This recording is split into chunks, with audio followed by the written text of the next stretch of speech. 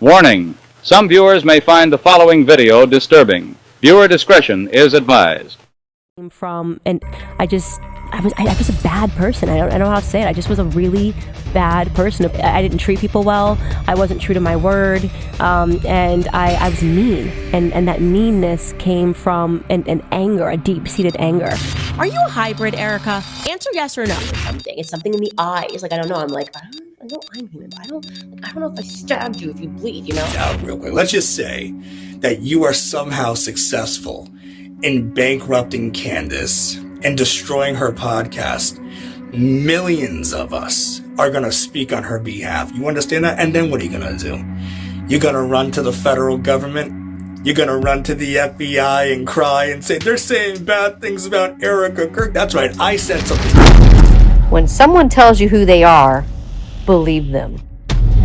Security concerns forcing Erika Kirk to miss last night's Turning Point USA event I'm on stage here instead of our friend Erika Kirk. That's right. Because unfortunately, she has received some very serious threats in her direction.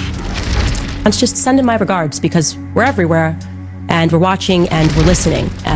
The whole world is invested in solving this, and so.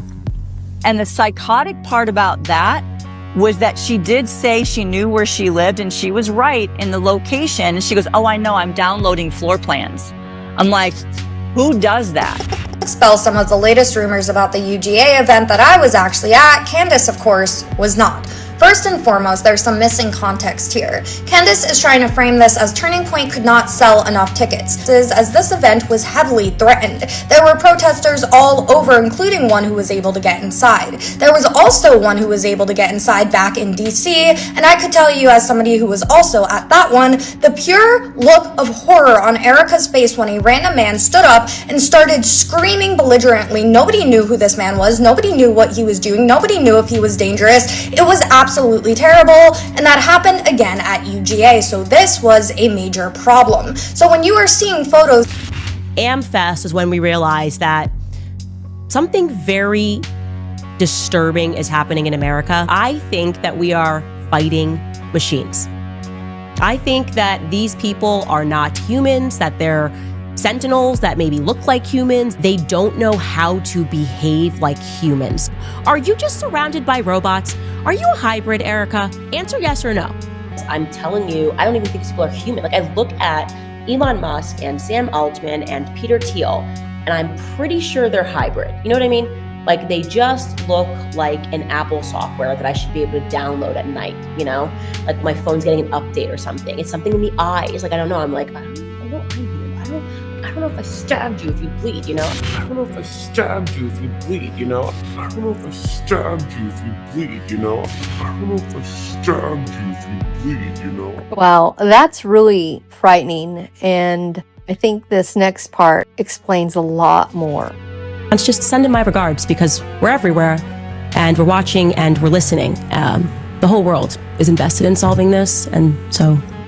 And the psychotic part about that was that she did say she knew where she lived and she was right in the location. And she goes, oh, I know, I'm downloading floor plans. I'm like, who does that?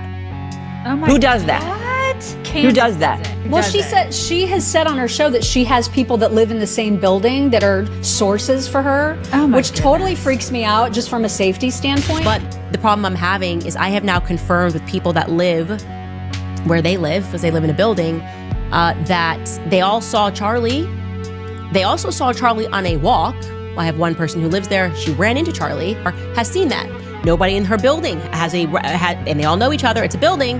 They know Mikey McCoy. People have said, I've seen Mikey McCoy on this date, blah, blah, blah. No one can confirm that they saw Erika on this date. WTF, Stacey Sheridan lives in the same complex as Charlie and Erika. That is super weird. More and more, it seems like they were all working to smother Charlie and make sure he was closely watched and handled. Yeah, she does. And I find it to be very weird and very creepy. Mikey McCoy, I don't know if he has a place in there, him and Elizabeth, but they are there all the time because I have sources that live in the building, obviously. Again, APB, Stacey Sheridan on that day. I know I have contacts that are live in that same building. If you guys remember seeing Stacey Sheridan, that would be great. Still can't get an Erika sighting because we're everywhere and we're watching and we're listening. Do not lecture us, JD. Do not. okay? The lecture that is coming from you is exactly why we don't like Erika, because we see it for exactly what it is. It's elite. She has money and connections. She can call Vice President JD Vance. She can get the Secretary Scott Bessent to issue a letter on demand, demanding you stop looking into their finances. She can get Trump to say how much Charlie loved her in his Easter speech. It's the balcony approach that makes us sick. We feel it. You guys looking down in the crowd like we're animals and you're somehow more dignified. Okay, Mr. Vice President. Is this really how sane people act? Take a listen to this next guy and tell me what you think. It's the benefit of a doubt, real quick. Let's just say that you are somehow successful in bankrupting Candace and destroying her podcast. Millions of us are going to speak on her behalf. You understand that? And then what are you going to do? You're going to run to the federal government? You're going to run to the FBI and cry and say, they're saying bad things about Erika Kirk. That's right. I said something bad about Erika. Now what? She's a demonic whore. Now what?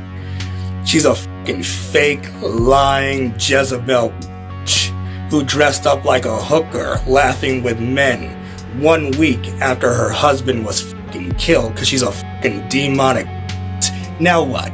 What are you gonna do now? If you don't like the First Amendment in this fucking country, get the fuck out of our country. Go move to Israel. Go hump your wall in Israel. You're in the wrong fucking country.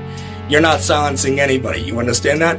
Try us. Try it. Come sue us, motherfucker. For those of you wondering why I don't have really flowing, long, blonde hair right now, so I'm going to address it right at the front. Mr. Vice President, I'm on stage here instead of our friend Erika Kirk. That's right.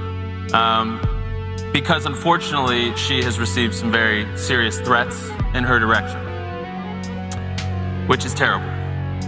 It's a terrible reflection on the state of reality and the state of the country. But it underscores a larger point that she has received a lot of attacks from surprising places, perhaps. Tell us what you think about that. Some of the people that have made, part-time jobs. Thanks for listening to the end. Please be sure to leave a comment. What do you think? Is Candace uncovering the truth or adding to the same lies and anger that got Charlie killed? Remember, don't allow someone else to dictate your feelings and emotions. Do your own research. Stay grounded in the truth. And again, thanks for hanging out. Stay informed, stay strong, and we'll catch you in the next video.